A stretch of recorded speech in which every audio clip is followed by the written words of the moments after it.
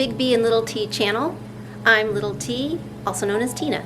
And today we're going to be making some 611 Bakehouse Power Balls. They are very popular at the cafe, and I've gotten some feedback from the previous Bakehouse recipes I've put on our channel that people would like some more of the things that we make here. So I will try to get a lot of those done before we move to Kentucky, but the recipes are still going to be right in here for a very long time. So even if I don't get them done before we leave at the end of June, I can still make more videos making these recipes. Okay, so I've got all the ingredients set out that we will need for our Power Balls.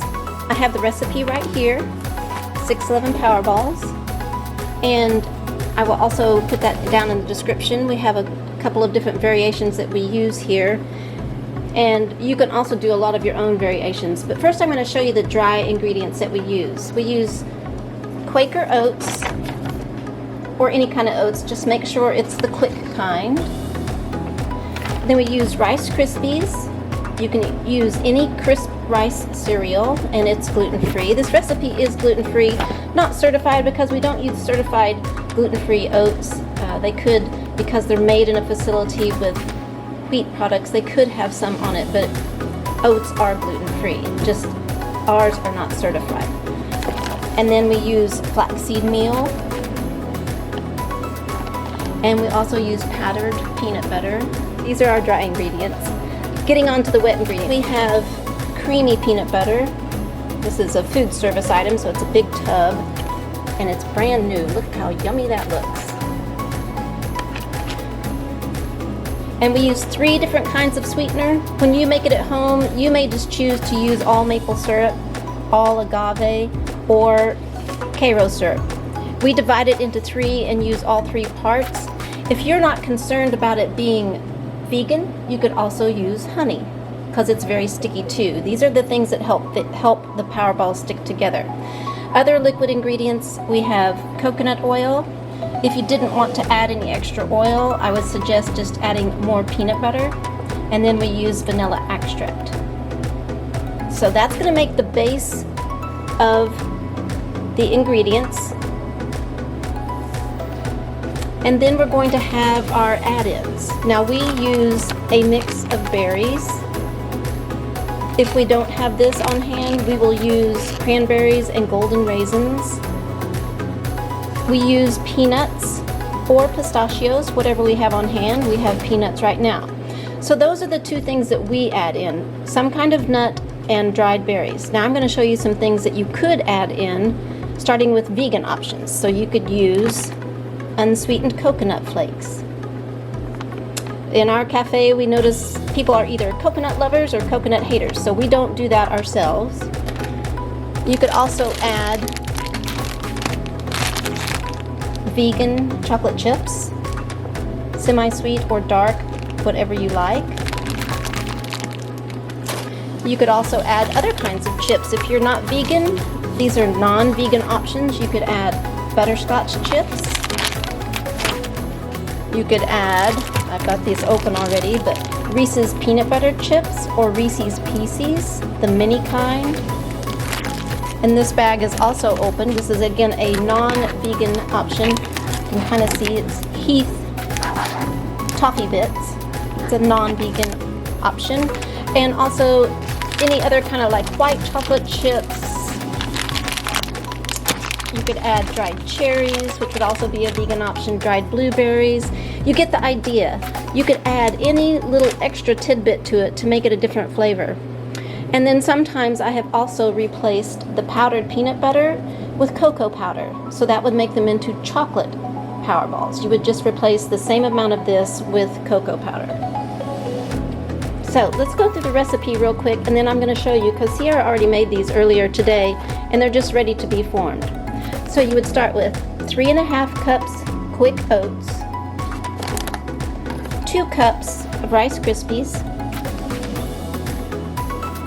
2/3 cup of ground flaxseed,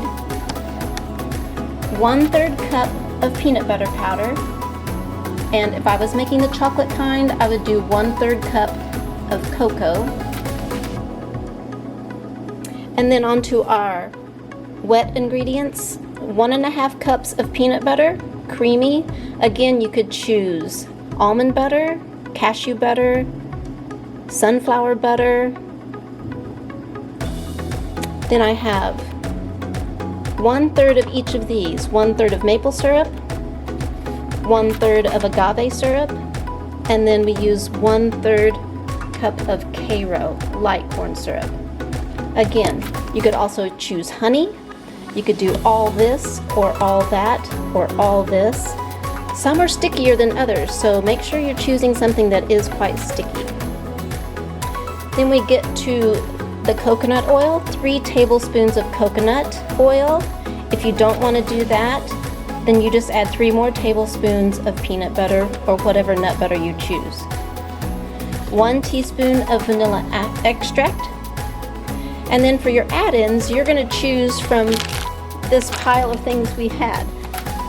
It's 1½ cups of any combination, so it could be all together 1½ cups of these. So you could do half a cup of this, half a cup of this, and half a cup of this.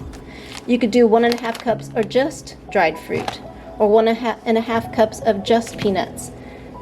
You choose how you want to flavor yours. And that's basically it. You're going to put it all into a big bowl. As you will see when we take the top off this bowl, I will show you how we form the Powerballs. And this is what we've been doing for years and years here, and they are really some of the most popular items that we sell each and every day. Let's get to forming the Powerballs. Okay, we have our Powerballs here in this container, and this is what they'll look like when they're finished. And we've used these cups, they're little 4-ounce cups. We've used them forever and ever to put our Powerballs in, but lately we have not been able to find them from our distributor. So we had to go with these little paper cups, which are quite cute. They aren't quite as sturdy for holding the Powerballs, but we've learned to make do in just the past week. But if you can find little cups like this, and of course at home you aren't going to necessarily serve them or sell them like we do, 2 to a batch. And I'll give you a tip at the end of what I would do just at home. But we're going to make them as if we're doing them for the Bakehouse, which is what we're doing. So you'll see this is what it looks like once it's been all mixed up. Sierra made them earlier this morning and she put them in the refrigerator. I've left them sitting out of the refrigerator for a couple of hours now, so they should be soft enough for us to form. When you make them at home, you're going to make them and then form them right then, and it's easier. When it's very cold, it is not quite as easy to do. And sometimes you'll notice when you mix your ingredients, just because we measure differently each time we do things, that it might be a little bit too dry and it's not holding together. In that case, you'll have to add a little more of your liquid ingredients, just maybe a tablespoon or 2 at a time. Mix it again and then see if it's holding together. Or it could be too sticky and it's just too moist. In that case, you're going to add a little bit more of your dry ingredients. My suggestion would be to add a little more oats, and that's going to help soak up some of that stickiness. But we're going to check here and see how this is doing after it's been sitting out of the refrigerator for just a little while. And I would suggest gloves for doing it if you have gloves at home. If you don't, then just you may need to moisten your hands a little bit with some cooking oil, Pam, something like that. And then I'm going to use a scale, and each ball is going to measure 1.2. Now, of course, at home you don't need to be as precise, and so you might not use a scale at all. We just do it for uniformity so that we know when we're charging people for their Powerballs, they are getting the same size each time. Okay, so here is the Powerball mixture, and I'm squeezing it in my gloved hands, and you'll see it's sticking together quite well. Now let's weigh this one. That's 1.1, so it's not quite enough. I'm going to add a little bit more to it. Put it on my scale. And it's still 1.1. How'd that happen? Okay, try again. 1.2. Now when I'm doing this myself, what I like to do is just measure the balls, and we're just going to keep adding them together until I have enough for 3 sets. So the next one we'd be up to 2.4. And then the next one, hopefully if I grab the right amount, will be 3.6. Oh, not quite enough. so I'm going to add a little bit more to that. 3.5 still, need a little bit more. It becomes kind of a game with me to see if I can get them just the right shape, because when you're doing a repetitive task, you have to make it fun somehow. Okay, we're up to 3.6.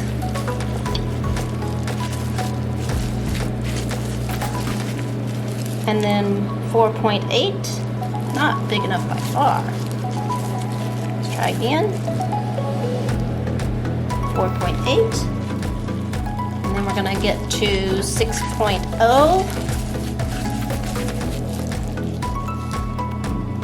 Almost.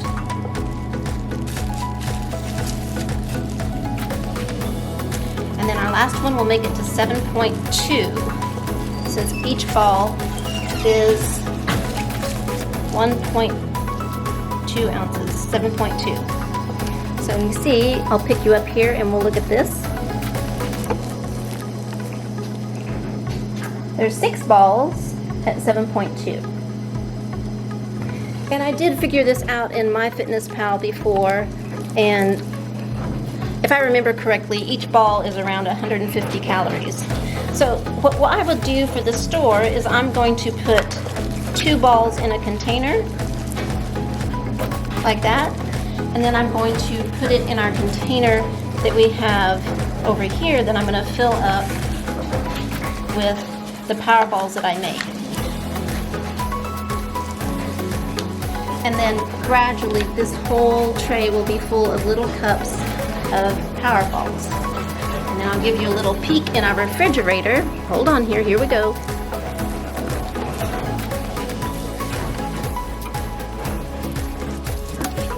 There's the ones left from last week. If they're refrigerated, they're gonna last a few weeks in the refrigerator. So we just put them in there. And then if you were at home, what I would do would be, let's get set down here first. You form all your balls. Now see, I have a long ways to go, but you're gonna form all your balls, and instead of putting in them cups, what I would do would be lay a piece of parchment paper into your container, and then you would just lay your balls individually on top of that parchment paper and chill them or freeze them. Now if you freeze them, when you want to eat them, all you do is take out however many you want to eat, let them sit on the counter for a while. They will become edible and not rock hard, and then you can eat them. They will last a long time in the freezer, covered and, sealed. And then what you can do is put them into a Ziploc bag once they are frozen, and they shouldn't stick together. Now I haven't done that because I always just do it the way we do when we sell for the store. And when I've frozen them, I have frozen them in the cups. Like if we've gone away for, say, Christmas vacation and we want to save the Powerballs, I'm not going to leave them in the refrigerator for 2 weeks. I'll put them in the freezer just like this with the lid on so that it's sealed, and then take them out and let them thaw a day in advance before we would sell them again. So hopefully that makes sense, and you can make your Powerballs just the way you like them. And just enjoy these little bites of scrumptiousness.